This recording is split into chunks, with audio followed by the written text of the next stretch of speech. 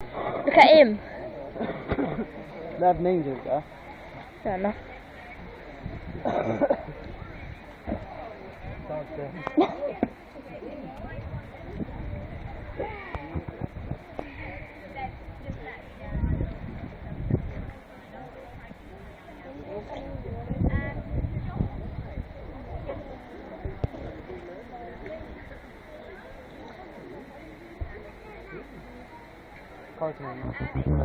Look, you can't remember that one.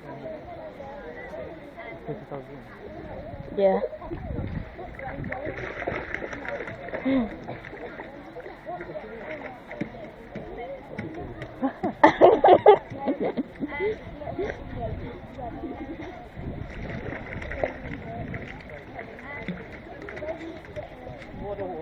These are deep fun, look. Oh. I'm going to sound like a sick. I think the best thing you have when they go out steady is that.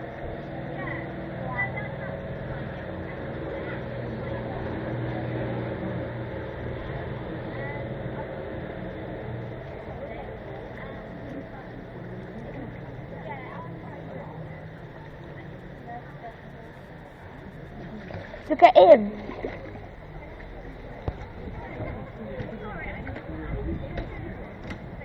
He's going to shake in a minute and we're going to get soaked. I'm going to put my head up so I don't get hit in the face.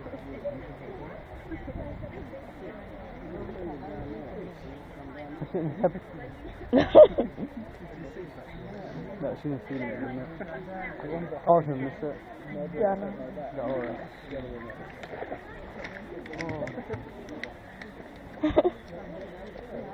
Don't hit them like that with their back straight.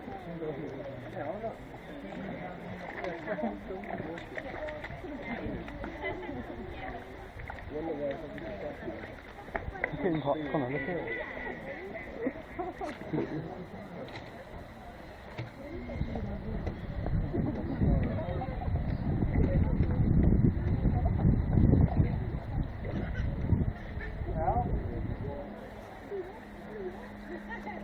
Find them out. They're about to go in now. You said Carla kept saying I'm missing it.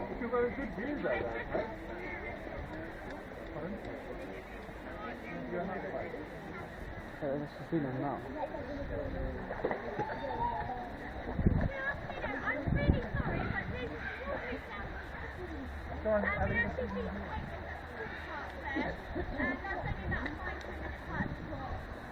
Oh, they're going to feed them over there, so we got quite a good view.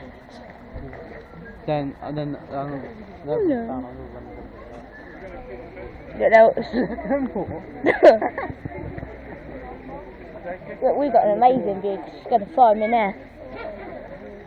you got a wild view. Chose a good place to go then, didn't we?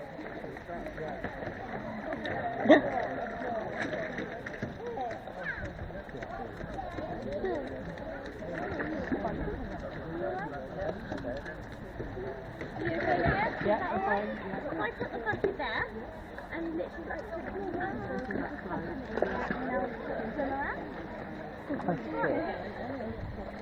Right, good afternoon everyone. Welcome to Birdland and welcome to the Penguin Talk. Look, that other bird just flew. Don't worry about the heron. He likes to come round here for feeding time and steal all the other penguins' food. And so this part of the talk is for the Humboldt, so we throw the fish into the Humboldt first and some of the king penguins, and then we'll head back down there to feed the king penguins as well. It's not your turn. That one was serious. So I'll get going. So there are actually 17 species of penguins altogether, and they're all found on the southern hemisphere. They're all found on the southern hemisphere, so you don't find any penguins north of the equator in the wild. And a lot of people associate penguins with cold climates, but they're actually often found in very warm climates as well. So for example, our Humboldt here are actually found in Chile and Peru, so they like the very nice warm weather. You get Look at that one. penguins on the Galapagos Islands. Dropped a bit. You also get them in South America, South Africa, and Australia and New Zealand. But on the other hand as well, you do get them sort of in very cold climates, like the emperor penguins, where they like to sit in sort of minus 30 degrees as well. So they do vary a lot. They vary in size as well. So for example, you've got the smallest penguin, which is the fairy blue or the little blue penguin, which actually only reaches about 40 centimetres tall. So they're very small. And then on the other extreme, you've got the emperor penguins, which can actually reach to about 5 feet tall. So I'm 5 foot exactly. So the emperor penguins actually are the same height as me. So they can get to quite a size. But most penguin species are actually the similar size to the Humboldts, which are the smaller ones in the pool. It's taller than it. And like I was saying to you earlier, they're actually from Chile and Peru. So they're often also known as Peruvian penguins. And unfortunately, they are becoming endangered. So that's why we have a lot of them in captivity now. Everywhere you go, you usually have Humboldt penguins. And it's so that we can actually start to breed them and essentially reintroduce them into the wild. Now, the reasons they're actually endangered is one is overfishing. Unfortunately, they live in a highly populated fish area, but it does mean they have to start competing with other things, sort of sharks and whales. But unfortunately, we'll eat these guys quite happily for lunch.